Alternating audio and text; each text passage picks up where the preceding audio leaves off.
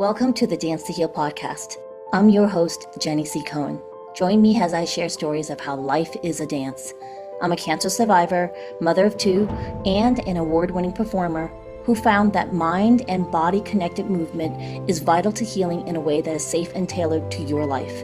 I created Dance to Heal Wellness featuring the Spotlight Confidence Formula and also authored the best-selling award-winning book, Outside In Recovery, Dancing My Way Back to Myself After Breast Cancer. I will bring new ways to help you on your dance journey and healing path. Are you ready to move? Dance to Heal starts now. Hello, welcome to the Dance to Heal podcast. I'm your host, Jenny C. Cohen, and today I have the most amazing Alexandra Beller. Alexandra Beller, apologize for that. I got so excited, I took off a letter R for her. So now she's laughing at me. The thing about this amazing guest is that she is a celebrated choreographer, director, and educator with over 25 years of experience in dance, theater, and the creative process. Now, she's a former company member with the Bill T. Jones Arnie Zane Dance Company, director of the Alexandra Beller Dances, and professor at universities throughout the country. She's also become a very sought-after mentor, and that she helps mentors and students cultivate brave, embodied, and meaningful creative processes. Now, she is also an award-winning choreographer for theater and an intimacy director, and is the author of books, which we're going to discuss later in the interview. Welcome, Alexandra. Thank you so much. So, this particular podcast, it first started off as introducing dance to, at that time, audience members that were freshly done with breast cancer treatment. And then I found that most of my clients that were finding me, even though they loved the podcast, they were all the me before I got cancer. And then my book that I wrote for the me after cancer, which talked about dance being one of the ways to come back in your body, it ended up becoming a way of helping people resolve with being survivors post the panini, which is COVID. But I would love for you, because they know about me, but I just want to give you a heads up. I'm always bring amazing guests like you so that my audience has more tools to manage this post-COVID world. And would you please just share with them why you do what you do today? Mhm. So just start with a small question. Yeah. Um, yeah, I was in art for art's sake for a very long time, and then I navigated a lot of injury and needing to heal in my body, paralysis and two hip replacements, C-section, a bunch of different things, and then later menopause. Um, and in navigating my own healing journey and in spending too much time trying to kind of push through the healing to get to the other side of something, I started to live inside both art and healing in the same container. And so I think a lot of what I do relates to healing, even when somebody's hiring me to choreograph for a play. But I still inside the process, I'm like, how to make this the healthiest experience for every actor, how to allow the character into an actor's body in a way that feels consensual, how to create work for the audience that helps them see themselves. So I think that even when I'm not dealing with healing, which I am in a lot of situations, one-on-one client work and somatic classes and therapies that I facilitate, even when it's art, it still feels like it's sitting in this basket of listening to your body, authenticity, acceptance, love, kindness for yourself, for other people. I love that. And thank you so much for really bringing into relevance all the different things that happens when life is lifing, like menopause, which we don't often remember enough that it affects things in dance or movement pursuits and also in creativity. Yeah. Would you speak a little bit about that? Because a lot of my audience is we're in midlife, like the second spring time of life. Yeah. I mean, I have experienced menopause in a similar way that I experienced my late diagnosed neurodiversity, which is, oh, wow, there's a lot to deal with. There's a lot to overcome. Oh, wow, there are a lot of gifts in this as well, but I need to shift things to be able to really amplify, absorb, and live in the gifts. So certainly, I think the detriments and what menopause can take from you are, I was about to say they're well documented. They're semi-documented. You can find information about them if you search. I certainly felt in my own body that like my ability to communicate, remember words, know where I was going, hold a thread, have energy for things, have patience for things, and like enjoy the way my body felt all got compromised. Sleep, of course, got compromised, which compromises everything else. Um, but then my um, like plasticity and my rewiring, which is happening during menopause neurologically, and things, certain things are dying and other things are starting to amplify neurologically, did start to give me permission to redefine everything. And that has been the gift that that keeps giving, which is like, yeah, what if I wanted to do that a different way?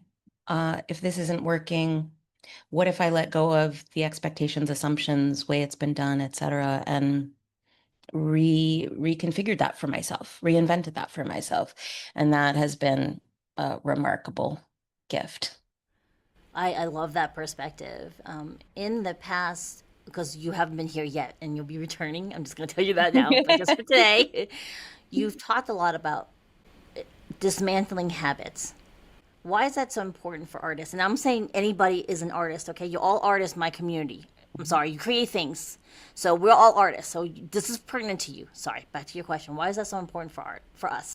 And 100% agree. Everybody is an artist. Everybody's life is their work of art. Every choice they make in it is a stroke in that work of art. So 100% agree.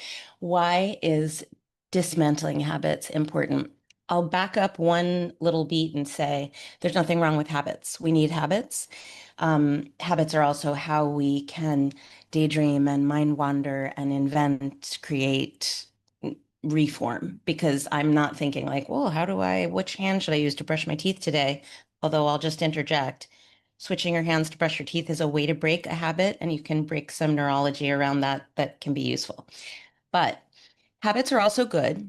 And when we've done a little audit and said, yeah, I don't want to think about the way I walk to the train station. That's not a useful habit for me to break. I love to daydream on my way to the train station. So I want to walk in the way where I know every crack in the sidewalk and I'm not worried about tripping and I know where to get my coffee.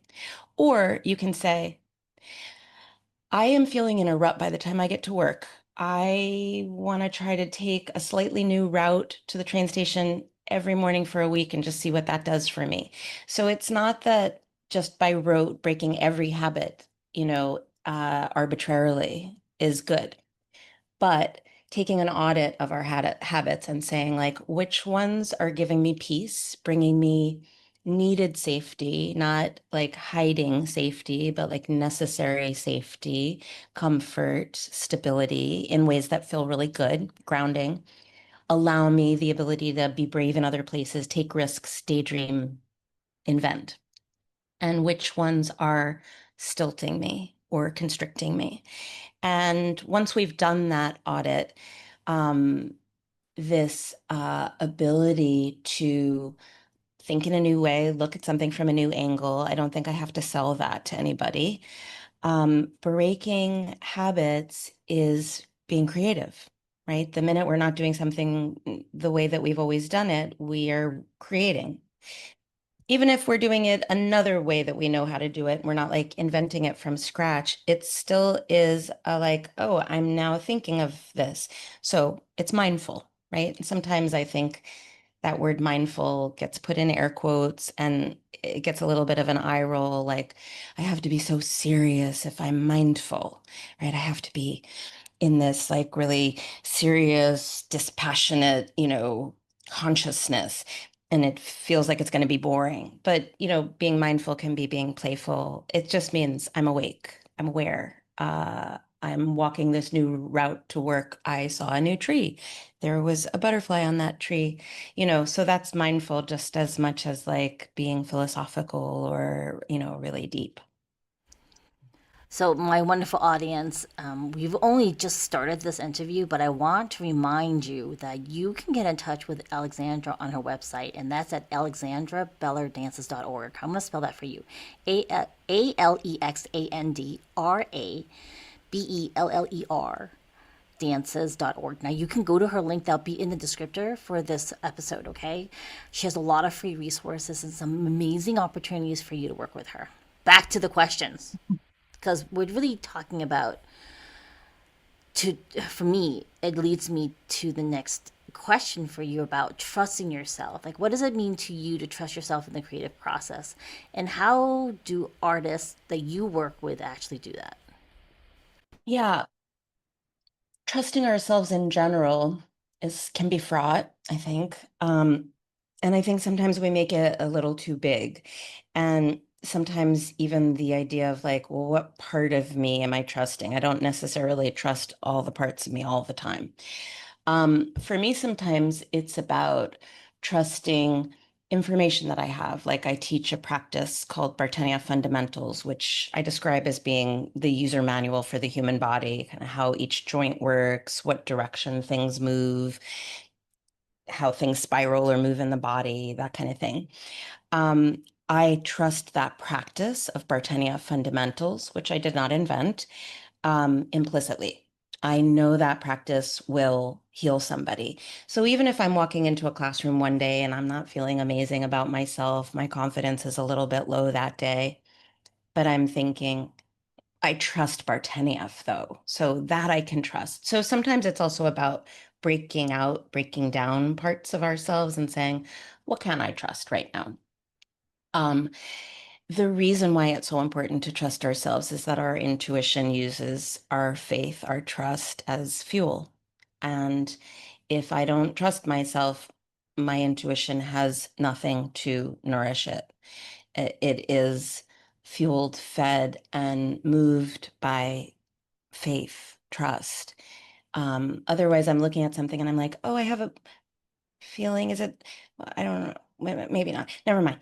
And that like intuition just is so delicate. It's such a tender little thing. And that little flash that we have of, oh, I think I have a feeling, and then the feeling goes away, or we just doubt it, then we're not able to really hear ourselves. And so, a lot of the messages that we might receive from the body, from whatever you want to call deeper parts that are not quite so conscious and logical, they're fueled by trust, inner trust.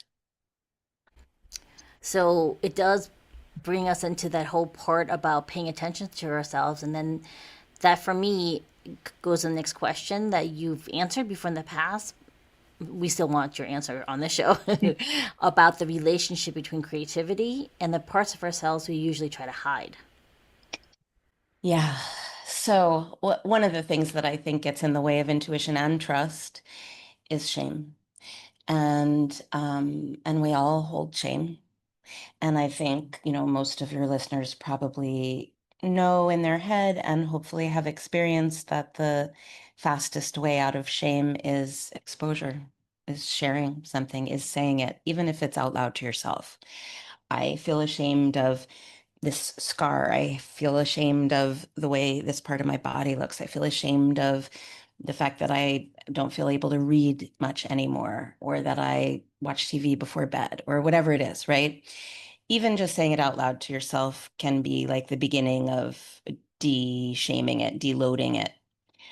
Certainly saying it to other people, especially if you can get a response that feels generous and loving, I think is really useful. Shame interrupts intuition, flow, creativity, keeps us tethered to ideas that we maybe don't even believe in anymore.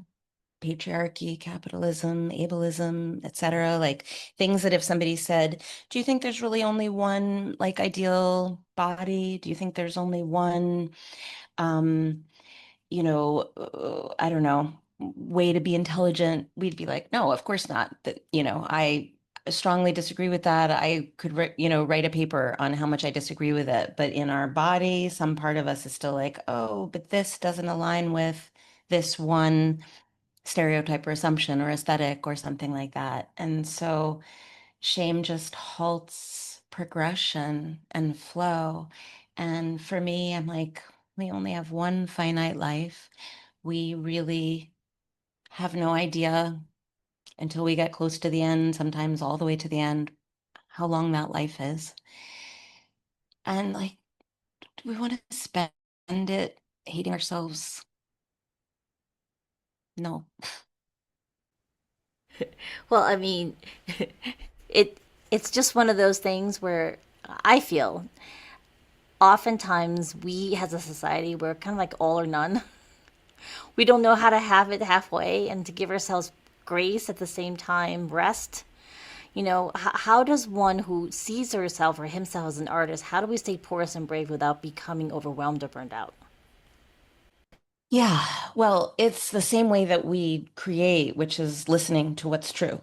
And if what's true is, I need rest. I don't need to make anything, be anything for anybody. I don't need to create. I don't need to journal. I don't need to meditate. I need to do nothing today. I need to have a nothing day. And if that's the day you need to have that day. Um, if we're getting into what might feel like a rut, there are maybe questions to ask around bravery. Like, do I feel like I need that because I'm scared to do something differently, or is that really what I need? And if that's what I need day after day after day after day for a long period of time, maybe I need to investigate what else is going on with my energy, with my enthusiasm, inspiration, etc. But I think the way to be porous and brave is to be real. And sometimes that realness is like, I am going to the studio or I'm sitting down in front of my computer or whatever it is you're about to do that feels creative because I should and I'm forcing myself to. And actually, I do not want to. And, this is all has a lot of caveats because it's personal.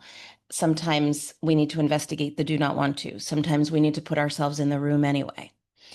Um, but even like then I've gotten into the room. Okay, good. I've done a good job. I got myself to a studio where I said I was going to make something every day for a week or every week for a month. And then I'm in there and I want to be real. What does my body need right now? And I was talking in class about this just yesterday, like finding what is really joyful about working, about labor, about effort. What is joyful? What is delicious about it? And then what is joyful and delicious about rest? And how do both of them equally bring pleasure? And how do they bring pleasure in relation to each other, in an exertion recuperation cycle with each other? What kind of pleasure can I get from like vigor and hard work and like pushing through something? Where is it delicious? And then when does it feel delicious to say, shh, no more, not right now?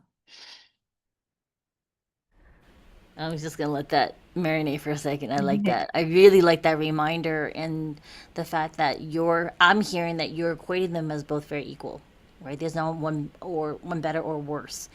So let's just say there are a few in my audience who don't dance and they don't see themselves as creatives, even though you are. And in what ways do you serve people who don't necessarily create art per se, and how do you serve those clients these days? Yeah, I really don't separate creating art from creating soup or deciding where to put your couch or deciding what to wear that day or deciding how to phrase a sentence so that it doesn't create harm for your child or your coworker or your spouse or friend. I think all of the ways that we mindfully express ourselves, it's all art. It's all the art of our life. So how do we find inspiration for that? We listen to it. The way that you listen to your flavors in a soup when you're like, is it done? Is it ready? and you take that taste and that moment that you have, you've put a spoonful of it in your mouth, and you're trying to decide if it needs more salt, more spice, more acid, etc. The way that you listen to the taste of it and you have that intuition and that judgment assessment, what does it need? What does it want? Based on a feeling that I have about what it wants to become and what it is right now. And that sensing, intuiting, feeling that gap between what it wants to be and what it is, that's the creative process.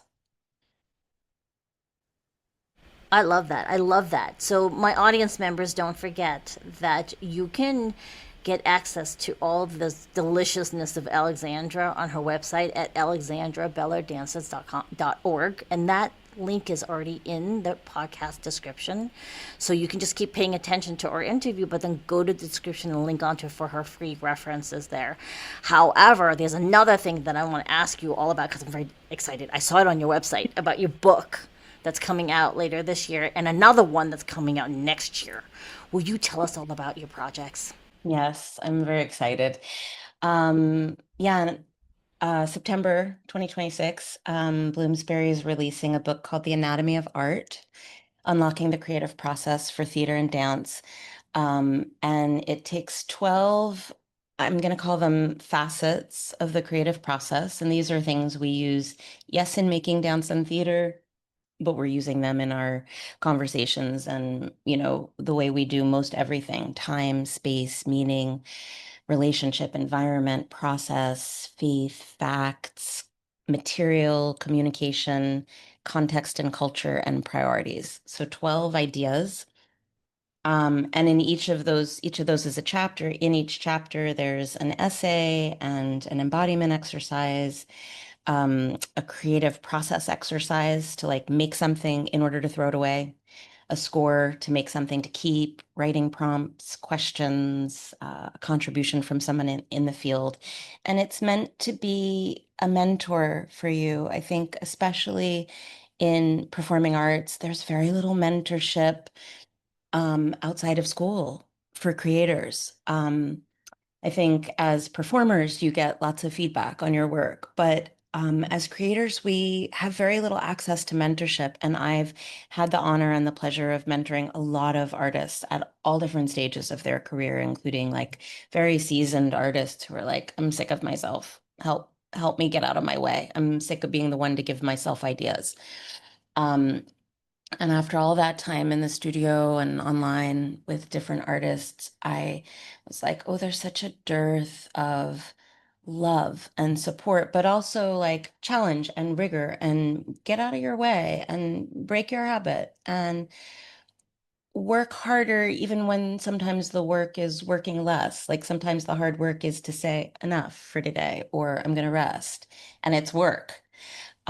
So there's just very little support and kindness and reminders that's not prescriptive. Like, this is how you do it. This is how you make a dance. I'm smarter than you. I'm going to tell you how to do this thing that you already know how to do. Um, so that's coming out in September, and I'm really excited about that. And then a year later is going to be a book for music conductors about embodiment and somatics and feeling themselves, even as they do all this deep thinking about music. Okay, so make sure you get onto Alexandra's email list so you're aware of those. Are they only available through your website, the book coming out, or we can get them on Amazon and the other sites? Anywhere, yeah. Anywhere books Fantastic. are sold. No, it's Bloomsbury and Oxford are the two publishers, so they'll be pretty ubiquitous. Okay, great. Now, if someone were to go to your website and start clicking through, Mhm. especially the under the workshops and classes, like, if they can't get into your live and they're brand new to you, which workshop online would you recommend that they check out first? It really depends on what they want. Embodied meaning is about how we express ourselves in the world. So if you're somebody that wants to be able to observe what other people are doing better, craft your expression, If you're a teacher or a lawyer, or you run meetings, or you host workshops or facilitate things, that could be a great place to dive in. If you want something for your body for healing, I would say the Bartenia Fundamentals is the place to dive in. Okay. Will you just explain a little bit more about the Bartinia Mhm. Yeah, um, yeah. theory I'll or explain, their I'll school? explain both. So Thanks for listening to the Dance to Heal podcast with Jenny C. Cohen. Come back next time to hear stories of inspiring triumph and learn more ways that you can heal yourself. To work with me and continue your journey, visit danceandheal.com. Are you ready to move?